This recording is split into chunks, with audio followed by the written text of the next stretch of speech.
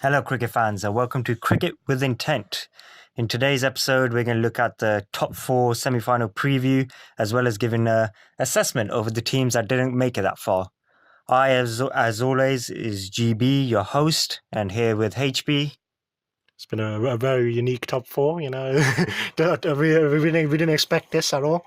Yeah, it's basically ended up status quo. Exactly what was the predicted top four has ended up being in the end. India, Australia, England, and New Zealand. I guess we should probably start off with in terms of the placings. Like, are you surprised by the order in which they ended up in the end? Not really, not really. New Zealand always I thought the fourth best, and the top three. I think India are probably the best team over that sort of period of games. Yeah, I I think agree. India would be the best team. Yeah, they had the least bad games. They had a couple of iffy games there. And England and Australia, I think they're about right. About where they have to be. They're both about the same. I think they're both the same level. So yeah, I mean, it's going to be interesting. I think it kind of worked out pretty well. I think, let's be honest, Pakistan probably should be in fourth. Yeah, in my eyes. Yeah, I think they were clearly better than New Zealand, and they had some bad luck, and there you go. That's how it is. Yeah, and I think who do you think would be happiest in terms of the matchups? Because I think India fans and India in general would be pretty pleased if you told them before the tournament in the semi-final you're going to face New Zealand. They would have taken that. And that's not meant to be a disrespect to New Zealand, but in my opinion, I think yours or they are the, let's say, least strong team out of the remaining four. I'll say they're one of the weakest top four teams in the World Cup in a long time. You think so? I'm starting to think about it. Let me think about this. Bad. I think the fundamental weakness are the openers. The openers make them seem worse because then the two best players, Williamson and Ross Taylor, in straight away. And then if inevitably, occasionally one of them fell, suddenly they're struggling. Yeah. I just feel like they kind of won every close match they had, and the match rained out against India, a match that they probably would have lost. Let's be honest, because they didn't beat any of the top five, right? That's they true. beat Pakistan, lost to Australia, lost to England. Obviously, a match abandoned versus India. That's a good point. I mean, so they beat who they were supposed to beat, and they seem to lose against everyone else. Yeah, and basically, Call of Breathfake was, was 1 meter away from winning that. And what was the other games? South Africa, we've talked about that game before. Yeah, a lot of things went New Zealand's way in that game. Yeah. So I mean, I actually think they actually agree with my statement. Now that I think about it, I'm going to say doubling down on a controversial taker. Yeah, this is the weakest top four team in a while, in a very long time. I mean, probably since Kenya. Yeah, I was about to mention 2003 Kenya. Yeah, but I mean, if you even look at the team, we might as well assess the top four as well. Like, with New Zealand, like I said, their fundamental weakness for me is their openers, Monroe and what was his name? Guptill. Well, it's not even Monroe's been dropped for Nichols now. That's how bad it's been. Yeah, but I'm just talking about in general the tournament. Like Monroe and Guptill have been awful. Monroe in particular, and now as you mentioned, Monroe's been replaced, but it's hardly really improved the situation. Like, their openers right now. I mean, I know people have complained about India. Sometimes their openers have been a bit slow, the 28 for 1. I think New Zealand fans would take, a 40 or 35 for 0 after 10 overs because it's almost inevitable they lose 1 wicket, if not 2, very quickly. And straight away, Ross Taylor and Kane Williamson are exposed to the opening bowlers. Guptill is a specialist fielder now, isn't he? Yeah. Just takes great catches, doesn't bowl. Yeah, pretty much. Batting is, he just gets out after basically 15 balls at best. I mean, I don't know what to say, really. I mean, they were considered a dynamic duo, right? Monroe and Guptill, T20 duo. They're probably a top 10. They're both in a top 10 T20 openers, I'd say, internationally. I think that's about right. Yeah. And they thought flat pitches in this World Cup. It's going to work out, but it hasn't been flat pitches, and they've been exposed. No, that's really it. Yeah, that pretty much is. And it's not just the openers, honestly. It's firstly, they have one spinner. It's literally Satner. Yeah. Who isn't that great. Yeah, he's all right, but nothing special. They don't really bowl solely. Yeah. Lockie Ferguson's got an injury. I mean, I don't know what's going on here. Is he going to play? Is he not going to play? He has to play. Yeah, if they lose him, that's a fundamental. That's it. It's over. Yeah. Unless Bolt just tears India apart. It's over. Or Saudi comes in and rolls back the years. That would be very surprising if that happens. But yeah, I mean, I don't know how they're gonna beat India. Honestly, I know New Zealand have a good record against them, but at Old Trafford, on a pitch that has turned throughout the tournament. Yeah. I don't see how they can beat India. I don't. I really don't. Yeah. Literally, unless Bolt kills them. Yeah, because we do forget you were there for the warm-up match, in fact, Yes. where New Zealand just obliterated India. And obviously it's a warm-up match, so not exactly the true indication you think of a real match. But yeah, I certainly wouldn't write off New Zealand completely. It's a knockout game, anything can happen. But I do think India match up well with New Zealand. I mean, India's openers are far better, especially as Rahul hit a century as well now, so his confidence will be sky high. Rohit Sharma, 5 centuries now, which is nothing so sensational. He's hit 6 World Cup centuries in 16 innings now, which is absolutely insane. That's better than 1 every 3. And he's equal Tendulkar's record of 600s in World Cup history as well.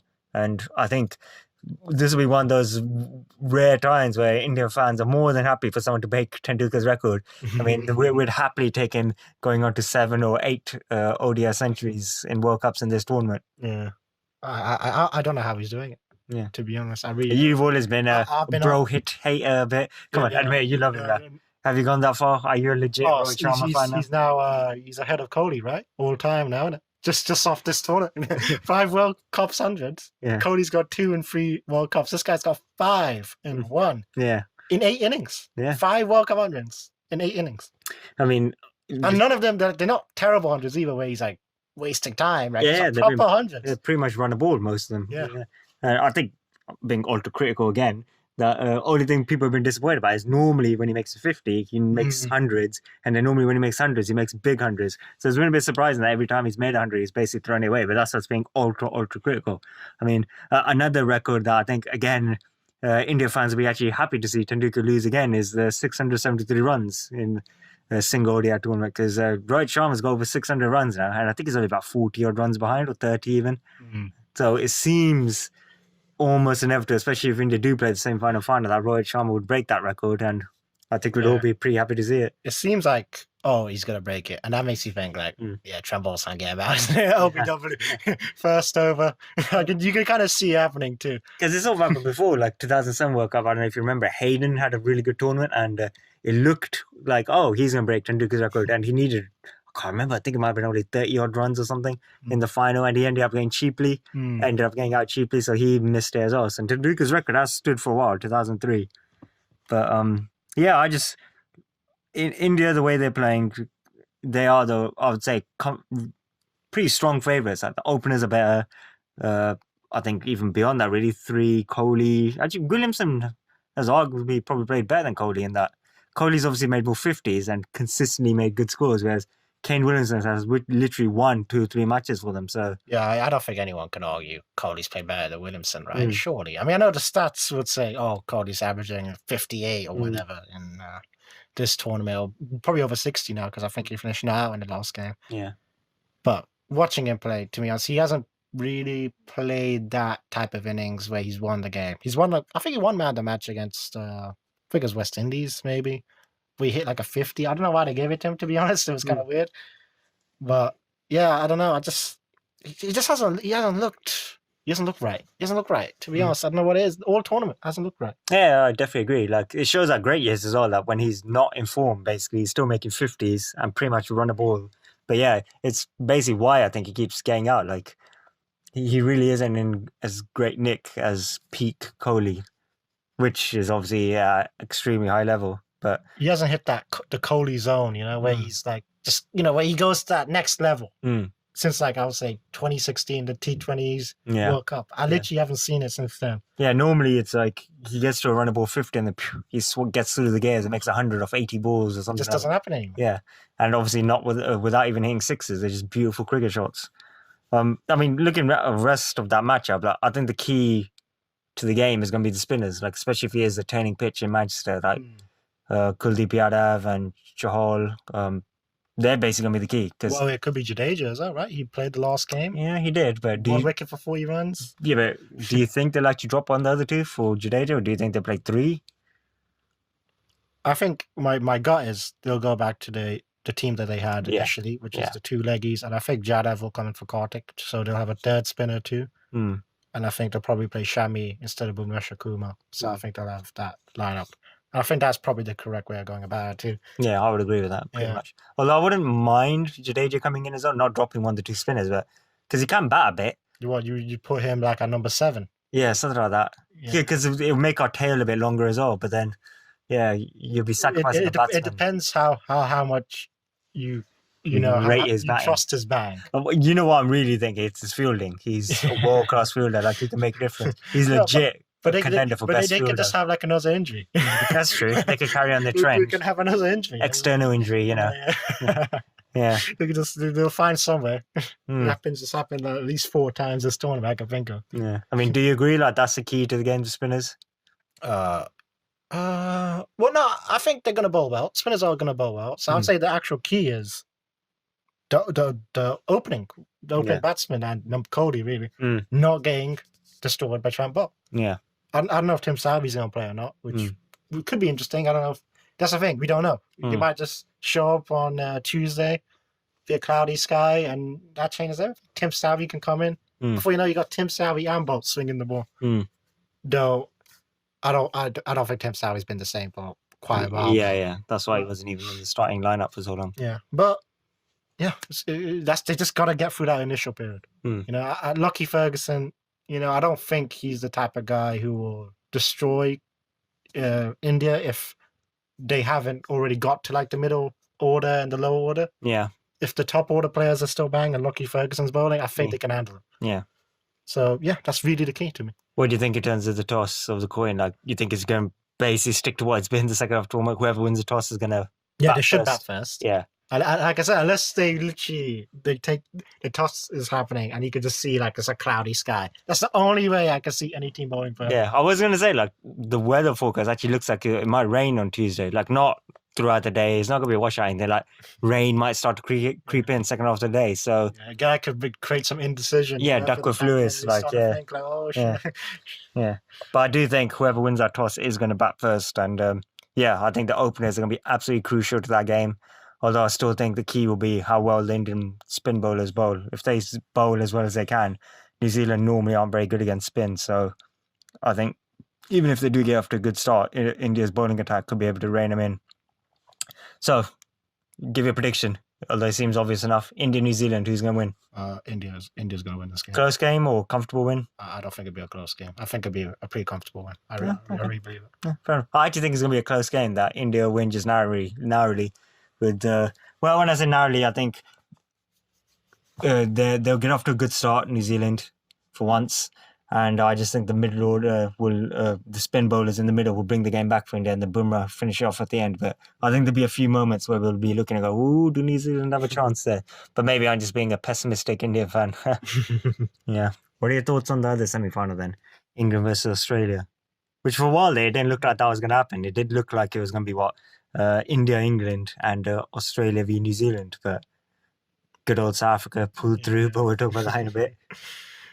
I think it's going to be it's probably the more exciting game by far. Yeah. To be honest, it's definitely the more exciting game. Yeah, bitter rivalry and especially in Edgbaston. I think it's probably going to be the best atmosphere from an England perspective, anyway. Going to be a lot of booing for Steve Smith and David Warner. Yeah, sure. But especially with Warner, I think that's the sort of thing that would just motivate him further anyway, because he has now gone and continued to have a pretty good tournament now. Yeah, and I think England are pretty happy about getting Australia right now. I don't think they wanted India and then potentially Australia at Lords in the final. Yeah.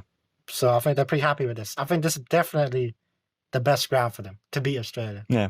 Has Edgbaston been a bit more flat in terms of? Oh well, that is the ground where they beat India, right? And they made a pretty big score there. Yeah. So I'm curious if they're given that short boundary again. Yeah. No, I think they'll probably do a fresh pitch, probably more in the middle. I honestly think the pitches might be kind of like I think they will be fresh and flat. I think they'll actually. I reckon they've made it like this. They're probably for like, okay, we can just keep from an England perspective, right? It's probably best, right, to keep the finals, the semi-finals and the finals, the pitches flat, right? Yeah, because England are probably going to make the top 4 regardless, even as bad as they play. Yeah, and it's probably worked for them. That's my prediction. So I predict really flat deck, and I predict a really high-scoring game, and I think England will win because they're the best flat pitch team of all time. Yeah, you've stolen my line. That's what I want to say about them. Like England are the best team in the world on flat pitches because they do have ridiculous firepower. Because Australia's fundamental weakness has been that beyond the top 3 or 4, in particular the openers, who have been really strong, their middle order to lower order has been poor. Maxwell hasn't fired enough. Like he's played really well, like when he's played balls, but his standard score has been 20 runs off 6 balls this tournament, which is not good enough. He needs to make a 40 or 50 off 20. I mean, it's even better if he just makes a 50 off 30 rather than, just a 20 off 6. Yeah. But England, on the other hand, basically all through the order, they've got firepower. Butler still hasn't fired yet. I mean, surely he's not going to go the whole tournament without firing. Stokes has been fantastic. Morgan's had a couple of spectacular innings. Obviously, the 17 sixes. Openers have been fine as well, especially now that Roy's back. Root's been basically the accumulator. There's so much strength in the batting that if it is a flat wicket, you'd be shocked if they somehow don't make over 300, if not 350, because that's just basic standard for that batting lineup.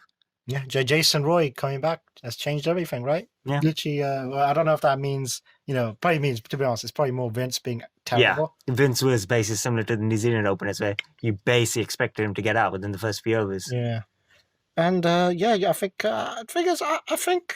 Australia right now I think they're kind of even in the firepower department. It's just that I just got this feeling. Obviously, Butler's going to show up in this game. I got that feeling. Butler's do. I reckon it's going to be a flat pitch, and I think Butler will show up and he will make one of his 50 ball 100 type innings. I could definitely see happening. It hasn't been that innings yet. That really 50 ball 100 might have happened, but I can't think of one off the top of my head right now. Yeah. And I can see it. I think Butler's going to show up and he's going to win this game. And Edgbaston as well. Like I keep saying it. Those England fans, man. I just don't see England losing Edgbaston. I just don't see it. The bowling attack might make the difference there. In particular, obviously, Mitchell Starc has been nothing short of phenomenal. I mean, he's basically equaled the record, if not broken it already, for McGrath's single tournament tally. I mean, to get 26, 27 wickets in a tournament is insane. I mean, he's only just reached a semi-final as well, so you'd expect him to at least get a couple here, if not more. I mean, he's been nothing sort of sensational. He's going to be, for me, the X factor, because we know, especially if it's a flat wicket, both teams will make runs, but who's going to be able to maybe get a quick wickets to basically slow down the run rate, and that's where I think Starc is going to be the absolute key. Yeah. Well, when they played, obviously, their game during the league stages, I mean, Australia killed them. Let's be honest. Australia got to a fairly average score, 260. There was, there was some talk of England chasing that. I'll be honest, I always thought Australia were favourites, And again, it was Lords, right? And it helps us left-handers, swing the ball in. And Behrendorff and Starc just tore them apart. 9 wickets from both of them. Yeah. I mean, that's the other thing. Yeah, Behrendorff has been fantastic as well, not to give him a disservice. Yeah, and I think it's going to be a close game. I really do, but I keep saying but it's going to be Butler's time. It's going to be Butler. All those times Nasser Sain has talked about how great he was. Yeah, Sachin Tendulkar, Viv Richards level, apparently. He hasn't shown up all tournament. This is where you got to show up. This is the moment. You got to show up at this moment, and I reckon he's going to show up. And look, I sense a big game from Archer too. Yeah, I was going to say, I was going to talk about England's bowling attack. Archer's been fantastic. Not really talked about enough. Because obviously there's been so many other guys, Bumrah, Starc, and all that, who've bowled so well. But Archer's done a really fine job for England. Yeah, and Warner's getting fairly close to that, sad Tendulkar record. Yeah, he's past 600 as well. Yeah, and I also think, just like Rohit Sharma, I think he will have a low score in the semi, and he will lose.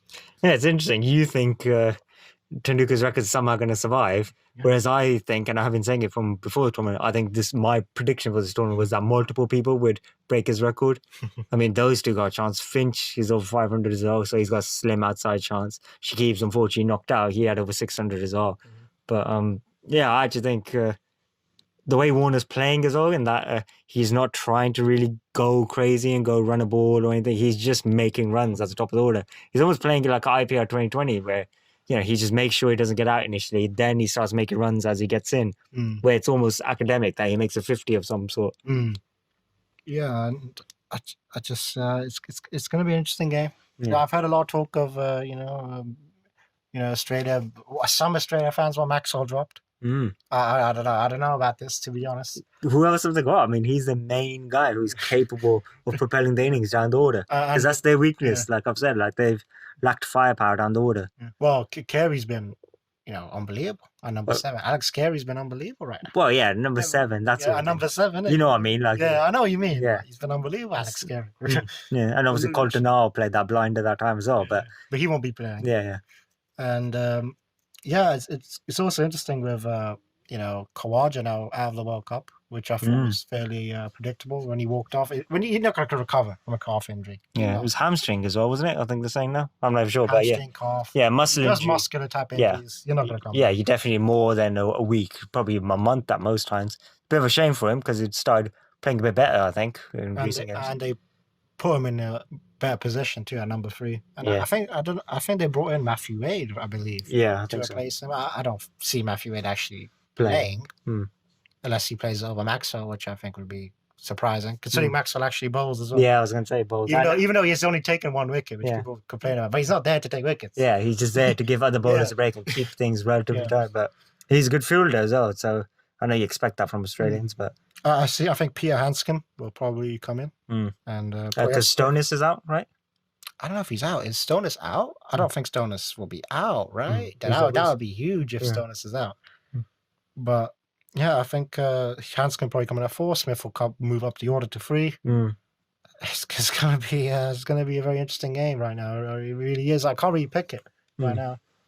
I keep saying it. It's gonna be Butler's day. Yeah, keep saying it. Yeah, I'm going to make my prediction. I actually think England are going to win. I just think it'd be they can't lose to Australia twice in the same tournament at home, in a tournament where they're the favourites or were at the beginning of the tournament and the world number 1 again at the beginning of the tournament. They'll never be able to live that down because their test team has been poor for a while. That's been their sort of saving grace. The fact that their ODI team has been done so great under Trevor Bayliss, because that was his main priority, to make the ODI team better. For them to get knocked out by Australia in the semi-final, lose twice at home, would just be, they'll never be able to live that down. And surely they're never just going to win a World Cup if they can't win it now. Is England your prediction then? You're going for the Butler? Yeah, it's gonna be Butler, man. It's gonna be Butler. It's gonna happen. It's gonna happen. And I'm not confident. But I'm literally putting England's chances on one guy. Like Butler's gonna win this game for them. And do you think it'd be a high-scoring game? Both teams 300 plus. Yeah, I think so. Like, they've prepared a flat pitch. I'm convinced. For these games, they've prepared flat pitches for the semi and the final. Forget about all those league stage games. Yeah, they're out the window now. Yeah, they probably made those pitches a bit tougher just to keep things interesting. Because for a while, especially halfway through the tournament, it looked like it was going to be a foregone conclusion. All those you have to use the pitches again too, right? So you want to. I can. I mean, speaking of the group stages, I think we should go over the teams that didn't make the top 4 and basically assess each of their sort of performances, I guess, in the tournament, what their overall thoughts will be, whether they'll be happy or very disappointed in the end. So, yeah, I think we should go through that right now. I think we should probably start and do it in sort of table order. So start from 10th and make our way up to 5th. So 10th place, unfortunately, was Afghanistan. I mean, very interesting tournament, I'd say. Like, it's terrible when you look at the table. They literally didn't pick up a single point. Unfortunately, didn't even get a rain, any washouts. What do you think their thoughts would be on the tournament when they look back? Well, you look at the tournament, they start off terribly. Yeah. When the pitches got a little slower and sort of got more suited to the conditions they would have, they started to compete. Yeah. We're in a good position to beat India. And Pakistan. Yeah, well, I'll get to that. Yeah. But they were in a good position to beat India. They didn't quite get over the line that time. That's not going to be ashamed about that. Bumrah, did what he did. Again, then the Pakistan game happened, right? Yeah, and that was the one. And that was, that's the game right there. That's the game. Yeah, that's the problem, I think, with Afghanistan when they look back on this tournament. If they had, say, just basically been dominated throughout the tournament, obviously they'll still feel terrible, but they wouldn't have many regrets. It'd just be, hey, we got here. At least we tried our best, and we'll hopefully come back better next time. With this tournament, they're gonna have regrets the India game, they were so close to winning. Pakistan game, especially, they were favourites. They lost that game because of one guy, basically. Yeah, the captain decided, like, whatever the reasoning, whatever the politics, there's all sorts of theories going on now. But yeah, that was just so. That was so disappointing for Afghanistan. I think that will be, unfortunately, their abiding memory. When Afghanistan fans look back on this tournament, it will be that game against Pakistan. Yeah, and not just that. I mean, there was some other things that weren't great about Afghanistan. Like, the crowd trouble. I mean, that was some crazy stuff going on. Not after you see that in a cricket match. Yeah, the whole thing with the ball, the captain changed, all that stuff. That, like, a player was literally thrown out of the team for misbehavior or something. A lot of crazy stuff. They gotta get all that stuff sorted out. Yeah. I think really this wasn't a tournament suited to them anyway, because this was a tournament that was about batsmen, or supposed to be anyway. I mean, I know things have been relatively lower scoring than expected, but it's still been a tournament with plenty of 300 plus totals. And like with a lot of teams that make the jump to the highest level of cricket, is the batting that's always the weakness, because it's hard to get your batting weaknesses are exposed a lot easier when facing the higher level bowlers. And I think that was shown in this tournament, because that was a fundamental weakness in the end, as well as bad decisions and pressure. It was the fact that their batting lineup wasn't good enough. Unless their bowling attack kept the opposition to 250 lower, they were out of the game. They were never going to chase anything above 250, certainly not above 300. Yeah, I agree. I do agree. I think they've got some younger guys coming through, so hopefully next World Cup. Yeah, in India. So. Yeah, they will definitely have a lot more of a chance in the Asian teams, especially once they develop and get more skills. Yeah. So, moving on, 9th place, West Indies. Now, they actually really will be disappointed, I think, because Afghanistan coming bottom of the table is not a surprise. West Indies coming second bottom and only having, 5 points in the end, including one tie. Sorry, no ties, but basically 2 wins only. That was not good at all. And the tournament started so well for West Indies as well. They blew Pakistan out of the water. Andre Russell looked fit and healthy. They were dominating that first game. Yeah, that really does seem like a lifetime ago. They skittled out Pakistan for 50-odd runs. Their run rate got such a massive boost, whereas Pakistan's was completely destroyed. And I remember we were talking about them being like dark horses of the tournament. Like, oh yeah, they got a strong batting lineup, and the bowlers look like they're bowling pretty well. And it just all went so wrong for them. Yeah, and I think it comes from that, that Australia game really sums them up, right? Yeah. They just have to bat calmly, with composure, and they just didn't do it. That's just the issue with that team, right? It's either it seems like the middle order guys are just a little young, and they don't really know how to finish the job right now, and the guys at the lower order are just kind of the hitter types, right? Yeah. So you that's it. You don't really have anyone who's with the sort of finishing ability, right? Yeah, I mean, that seems to just be the problem with them. Like, you talk about the lower order being the hitting types, but basically the top order were all like that as well. Like, Gale sort of takes the time and plays himself in. He obviously didn't have a good tournament, but apart from that, like Hetmeyer, was it, against New Zealand, where they were so far ahead of the run rate. Yeah. And yet, for whatever reason, they kept trying to hit shots. Gale, Hetmeyer, they both then chucked their wickets away, going for sixes, when they were miles ahead of the run rate, and none of them bothered to sort of stop, slow down, and think, hold on, we've lost too many wickets here, we're miles ahead of the run rate, we could literally just play this out and we'll still be fine. And they ended up blowing that game in probably what was the game of the tournament. Yeah, and to be honest, I think Jason Holder didn't have the tournament I expected. Before I came in thinking he would be the best all-rounder of the tournament. Obviously, there was the guy from Bangladesh who was a lot better. Yeah, Shakib, yeah. And he kind of he didn't play to the level I thought he would. But yeah, I think it's about time to say about Holder that he's a fantastic test cricketer. Like, he's the best all-rounder in the world, pretty much, in terms of test cricket. But ODI, he has not been good at all. His batting's not very good. His bowling's not very good. He leaks too many runs. And I don't even think captaincy-wise he did a particularly good job. It seemed they were slow to react for me at times. Like, sometimes they were too defensive. Yeah, sometimes they just continue bowling short. Like the Bangladesh game, it just kept bowling short. Yeah, I mean, it's crazy. Like, did that Pakistan game almost be a negative for them? Like, they skittled out the team with short bowling and just thought, oh, this will work. And they just stuck to that the entire tournament, especially when facing Asian teams.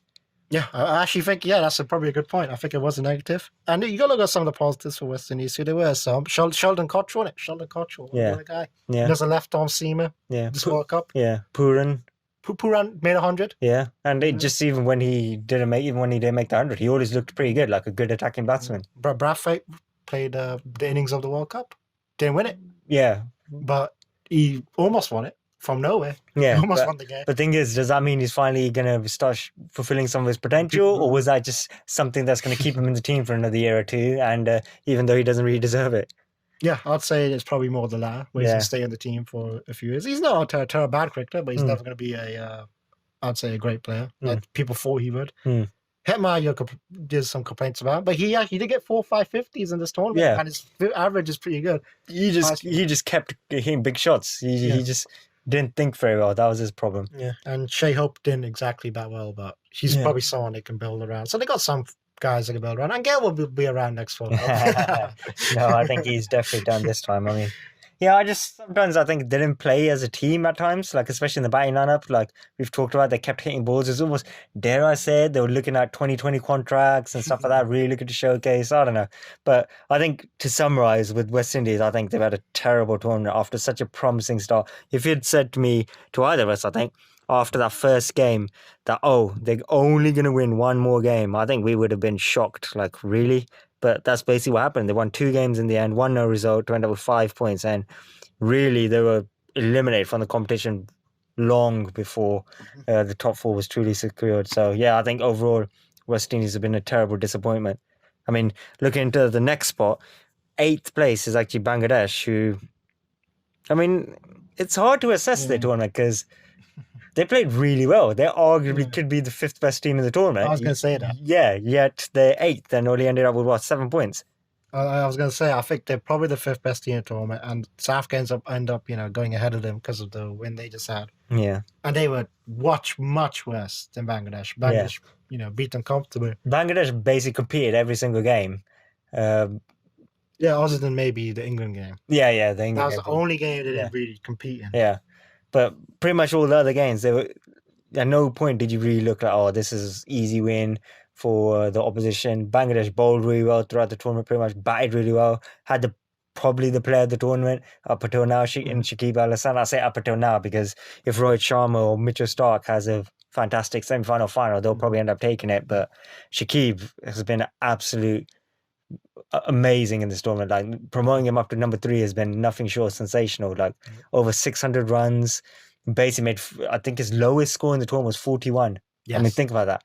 Across 9 innings he played, or did he have a washout? There was a washout. Yeah, there's one washout. 8 innings, and he made 41 runs minimum in all of that, and all of them basically are run aboard.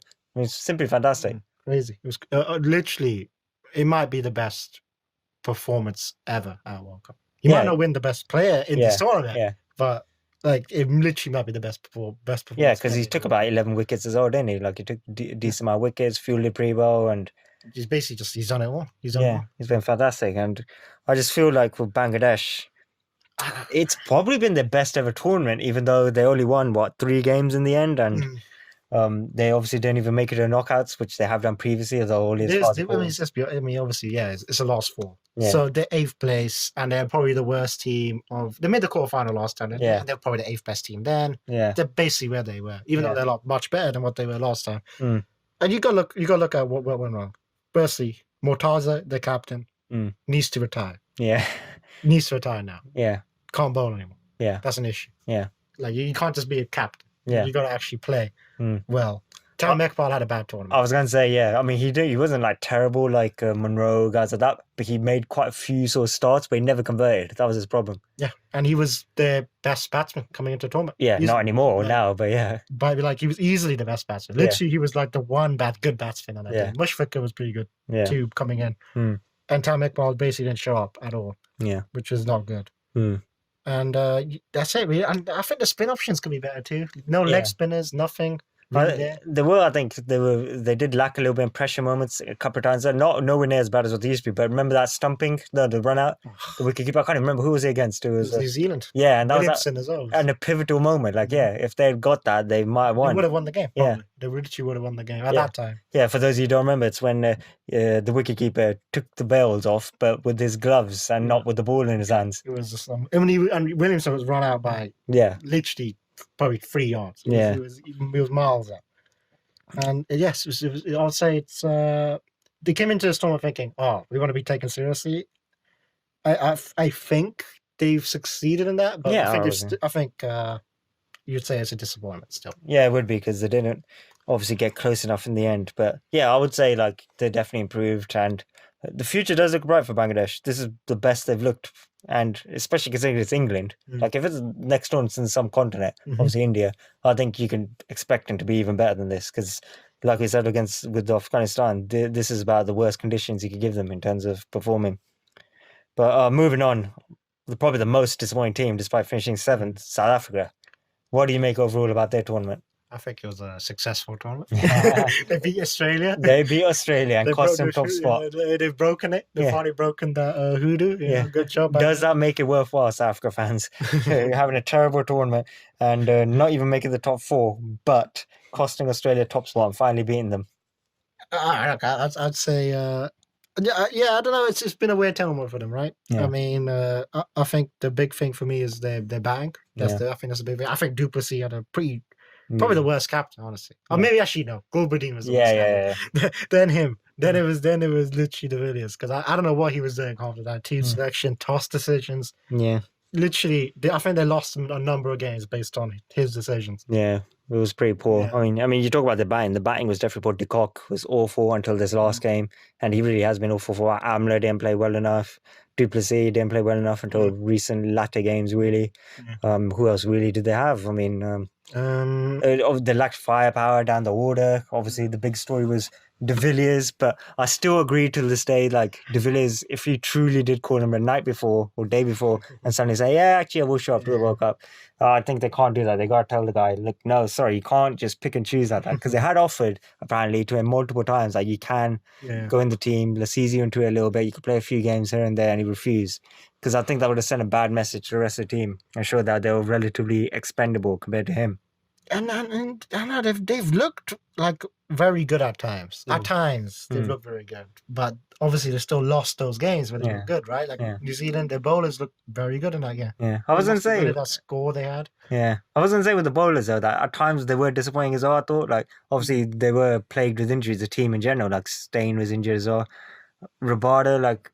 I think he was a little bit unlucky at times. And when you look at his stats, they're quite poor, but he did bowl pretty decent, although not as great as we want. I think Tahir was definitely their best bowler and probably best player in the tournament, really, because none of the batsmen really performed. I mean, this is they've had a lot of players who play pretty well. Like I said, it just literally comes down to come into the tournament. It literally came down to Amler and De Kock playing well, and neither played well. Yeah, and that's pretty much the reason why they went out. And like I said, the captain was because this is the tournament of openers. Apart from obviously New Zealand's openers, like the top teams that have qualified have all had pretty decent openers. Like obviously apart from Vince with England as well, but yeah, with the South Africa, they were never really able to get off to good starts. Apart from this last match against Australia, which no coincidence they then won after posting a pretty good total. I mean, overall, would you say this has been South Africa's worst ever World Cup? It's basically this of 2003. Yes, I think it is. And they got. I mean, and the future, there's gonna be a lot of people retiring, right? No one's gonna be there for 2023. Yeah, I mean, Amler, you wouldn't think would be there. Duplessis, I don't think he'll be there. Stain, don't think he'll be there. So Tahir's probably not gonna be there. No, he might be. You never know. Yeah, he is their best ever spin bowler, so they might drag him back. But yeah, I think South Africa have been the most disappointing team of this tournament in that.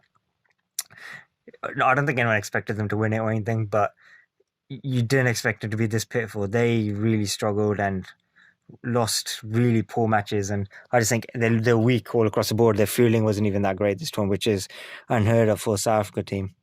But speaking of, we talked about disappointing performances, I think arguably the most overachievers of this tournament, Sri Lanka in 6th place. What did you make of their tournament overall?